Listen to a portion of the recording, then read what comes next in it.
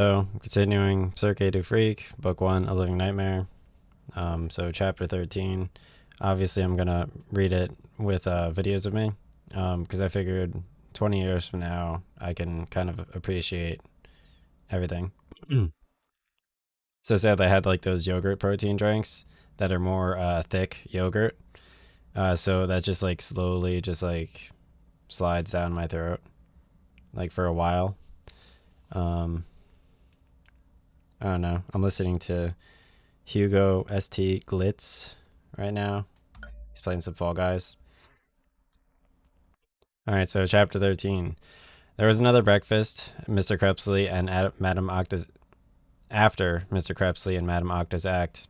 I tried getting Steve to tell me more about who the man was, but his lips were sealed. All he said was, "I have to think about this." Then he closed his eyes, lowered his head, and thought hard. They were selling more cool stuff during the break. Beards like the bearded ladies, models of hands, and best of all, rubber spiders that look like Madame Octa. So yeah, today, I tanned a bit. This guy's yelling,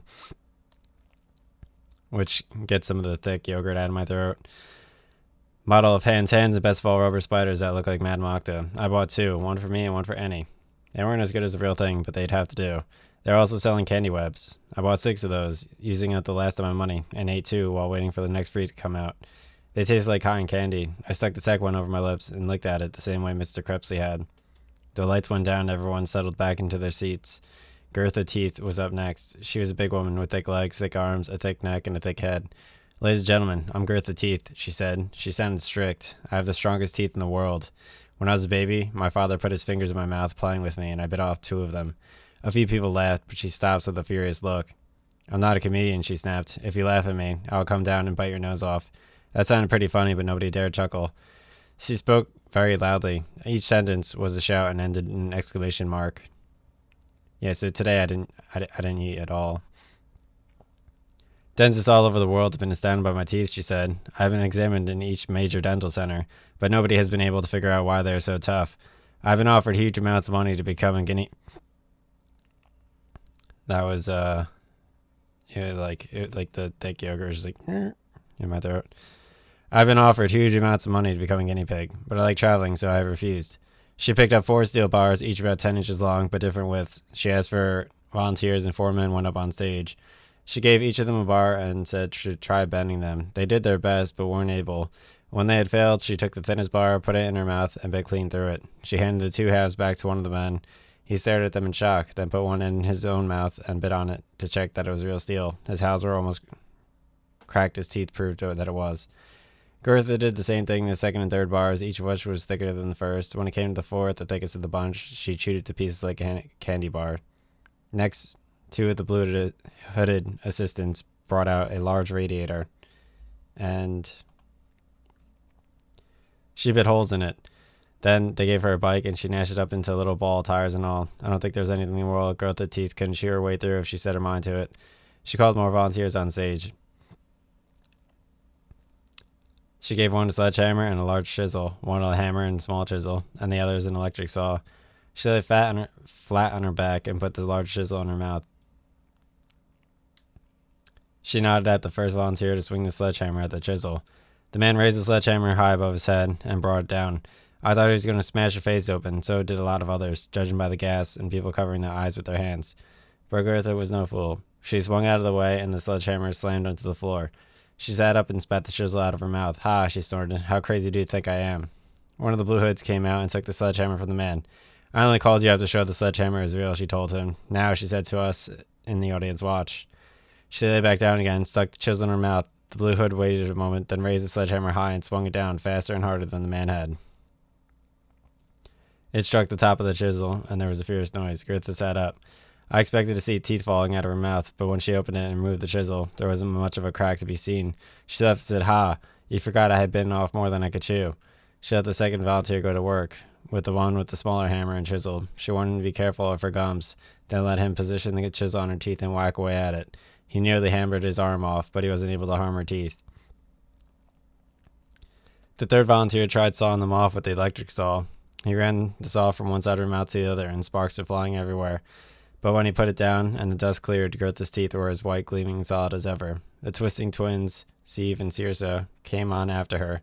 They were identical twins, and they were contortionists like Alexander Ribs.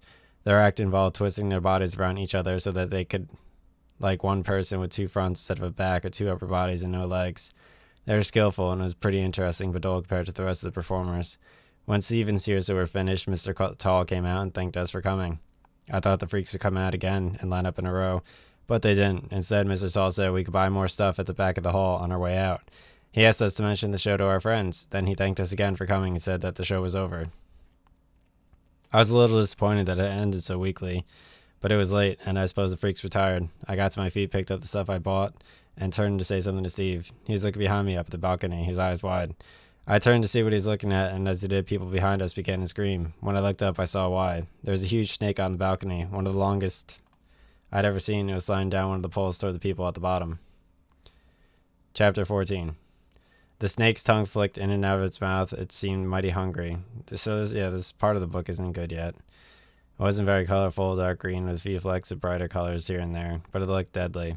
The people beneath the balcony ran back toward... Okay, this dude's interrupting my stream. Blocked. The people beneath the balcony ran down toward their seats. They were screaming and dropping stuff as they ran. A few people fainted and some fell and were crushed. Steve and I were lucky to be near the front. We were the smallest people in the theater and could have been trampled to death if we'd been caught in the rush. The snake was about to slither onto the floor when a strong light fixed itself to the snake's face. The reptile froze and stared into the light without blinking. People stopped running and the panic died down. Those who had fallen pulled themselves back to their feet, and unfortunately nobody appeared to be badly hurt. There was a sound behind us. I turned and looked back at the stage. A boy was up there. He was about 14 or 15, very thin, with long, yellowy green hair. His eyes were oddly shaped, narrow like a snake's. He was dressed in a long white robe. The boy made a hissing noise and raised his arms above his head. The robe fell away, and everyone who was watching him let out a loud gasp of surprise. His body was covered in scales. From head to toe, he sparkled green and gold, yellow and blue. He was wearing a pair of shorts, but nothing else. He turned around so he could see his back, and that was the same as the front, except a few shades darker. When he faced us again, he lay down on his belly and slid off the stage, just like a snake. It was then I remembered the snake boy on the floor and put two and two together. He stood when he reached the floor and walked toward the back of the theater. I saw as he passed that he had strange hands and feet. His fingers and toes were joined to each other by thin sheets of skin. He looked a little like that monster I saw in the old horror film, the one who had lived in the Black Lagoon. He stopped a few yards away from the pillar and crouched down. The light had been blinding the snake, snapped off, and began to move again, sliding down the last stretch of the pole. The boy made another hissing noise, and the snake paused. I remember reading somewhere once that the snakes can't hear, but can feel sounds. The snake boy shuffled a little bit to his left and his right. The snake's head... I really fucking hate these yogurt drinks, dude. That's like the most cringe fucking shit on this planet. But didn't lunge. The boy crept closer to the snake until he was within its range. It's like they're like fucking... I expected it to strike and kill him, and I wanted to scream at him to run. But the snake boy knew what he was doing. When he was close enough, he reached out and tickled the snake beneath its chin with his weird webbed fingers. Then he bent forward and kissed it on the nose. The snake wrapped itself around the boy's neck. It coiled about him a couple times, leaving its tail draped over his shoulder and down his back like a scarf. The boy stroked the snake and smiled. He thought he was going to walk through the crowd, letting the rest of us rub it, but he didn't. Instead, he walked over to the side of the theater, away from the path to the door. He unwrapped the snake and put it down on the floor, then tickled it under its chin once more. The mouth opened wide this time, and I saw its fangs. The snake boy lay back down on his back a short distance away from the snake, then began wriggling toward it. No, I said softly to myself, surely he's not going to. But yes, he stuck his head in the snake's wide-open mouth. The boy stayed inside the mouth for a few seconds and then slowly eased out. He wrapped the snake around him once more, then rolled around and around until the snake covered him completely except for his face. He managed to hop to his feet and grin. He looked like a rolled-up carpet. And that, ladies and gentlemen, said Mr. Tall from the stage behind us, really is the end. He smiled and leaped from the stage, vanishing in midair in a puff of smoke. When it cleared, I saw him by the back of the theater, holding the exit curtains open. The pretty ladies and mysterious blue-hooded people were standing to his left and right, their arms filled with trays full of goodies. I was sorry that I hadn't saved some of my money. Steve said nothing while we were waiting. I could tell from the serious look on his face that he was still thinking, and from past experience I knew there was no point trying to talk to him. Once Steve went into one of his moods, nothing could jolt him out of it. When the rows behind us had been cleared out, we made our way to the back of the theater. I bought the stuff I brought with me. I also lugged Steve's gifts because he was so wrapped up in his thoughts he would have dropped them or left them behind. Mr. Tall was standing at the back, holding the curtains open, smiling at everyone. The smile widened when we approached. Well, boys, he said, did you enjoy the show? It was fabulous, I said. You weren't scared, he asked. A little, I admitted, but no more than anybody else. He laughed. You're a tough pair, he had said. They were behind us, so we hurried on, not wanting to hold them up. Steve looked around when we entered the short corridor between the two sets of curtains, then leaned over and whispered in my ear. Go back by yourself. What? I asked, stopping. The people who had been behind us were chatting with Mr. Tall, so there was no rush. You heard, he said. Why should I asked. Because I'm not coming, he said. I'm staying. I don't know how things will turn out, but I had to say. Stay. I'll follow you home later, after I've... His voice trailed off and he pulled me forward. We pushed past the second set of curtains and entered the corridor with the table, the one covered by the long black cloth. The people ahead of us had their backs to us. Steve looked over his shoulder to make sure nobody could see, then dived underneath the table and hid behind the cloth. Steve, I hissed, worrying he was going to get us in trouble again. Go on, he hissed back. But you can, I began. Do what I say, he snapped. Go quick before we're caught. I didn't like it, but what else could I do? Steve sounded like he'd go crazy if I didn't obey him. I'd seen Steve get into fierce rages before. He wasn't someone you wanted to mess with when he was angry. I started walking around the corner and began down the long corridor leading to the front door. I was walking slowly, thinking, and the people in the front got farther ahead. I glanced over my shoulder and saw there was still nobody behind me. And then I spotted the door. It was the one we'd stopped by on our way in, the one leading up to the balcony. I paused when I reached it and checked behind me one last time. Nobody there. Okay, I said to myself, I'm staying. I don't know what Steve's up to, but he's my best friend. If he gets in trouble, I want to be there to help him out. Before I could change my mind, I opened the door, slipped through, shut it quickly behind me, and stood in the dark, my heart beating as fast as my masses. I stood there for a long time, listening while the last of his audience filed out. I could hear their murmurs as they discussed the show in hushed, frightened, but exciting tones. Then they were gone and the place was quiet. I thought we'd be able to hear noises from inside the theater, people cleaning up and putting the chairs back in place, but the whole building was as silent as a graveyard. I climbed the stairs. My eyes had gotten used to the dark and I could see pretty well. The stairs were old and creaky, and I was half afraid they would snap under my feet and send me hurtling to my death, but they held. When I reached the top, I discovered I was standing in the middle of a balcony. I was very dusty and dirty up there, too, and cold. I shivered as I crept down toward the front.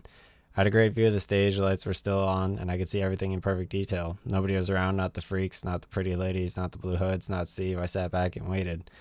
About 5 minutes later, I spotted a shadow creeping slowly toward the stage. It pulled itself up, then stood and walked to the center, where it stopped and turned around. It was Steve.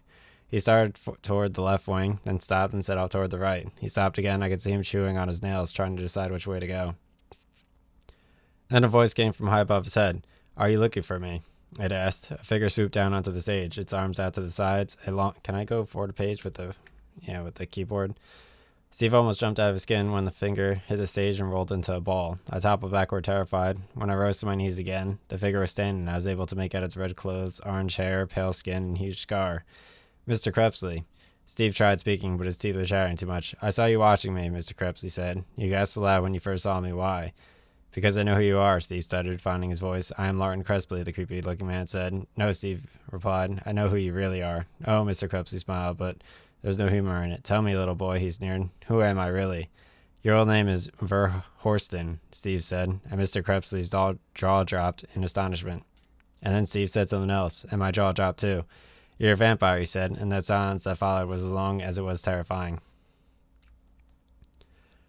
All right, Chapter 15. Mr. Crepsley, or Verhorsten, if that was his real name, smiled. So, he said, I've been discovered. I should not be surprised. It had to happen eventually. Tell me, boy, who sent you? Nobody, Steve said. Mr. Crepsley frowned. Come on, boy, he growled. Do not play games. Who are you working for? Who put you onto me, and what do you want? I'm not working for anybody, Steve insisted. I've got lots of books and magazines at home about vampires and monsters. There's a picture review in one of them. A picture? Mr. Crepsley asked suspiciously. A painting, Steve replied. It was done in 1903 in Paris. You were with a rich woman. The story had the two of you almost married, but she found out you were a vampire and dumped you. Mr. Crepsley smiled. A good reason as any. Her friends thought she was invented a fantastic story to make herself look better. But it wasn't a story, was it, Steve asked. No, Mr. Crepsley agreed. It was not. He sighed and fixed Steve with a fierce gaze. That might have been better for you if it had been, he boomed. If I'd been in Steve's place, I would have fled as soon as he said that, but Steve didn't even blink. You won't hurt me, he said. Why not, Mr. Crepsey asked. Because of my friend, Steve said. I told them all about you, and if anything happens to me, he'll tell the police. They will not believe him, Mr. Crepsey snorted. Probably not, Steve agreed, but if I turn up dead or missing, they'll have to investigate. You wouldn't like that. Lots of police asking questions, coming here in the daytime. Mr. Crepsey shook his head with disgust. Children, he snarled. I hate children. What is it you want? Money? Jewels? The right to publish my story? I want to join you, Steve said. I almost fell off the back balcony when I heard that. Join him? What do you mean? Mr. Crepsey asked, as stunned as I was. I want to become a vampire, Steve said. I wanted to make me a vampire, teach me your ways. You're crazy, Mr. Crepsey roared. No, Steve said, I'm not. I cannot turn a child into a vampire, Mr. Crepsey said. I would be murdered by the vampire generals if I did. What are vampire generals? Steve asked. Never you mind, Mr. Crepsey said. All you need to know is it cannot be done. We do not blood children. It creates too many problems. So don't change me right away.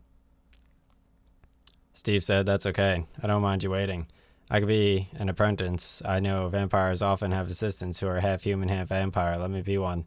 I'll work hard and prove myself, and when I'm old enough... Mr. Crepsey stared at Steve and thought it over. He snapped his fingers like while he was thinking, and a chair flew up to the stage from the front row. He sat down on it and crossed his legs.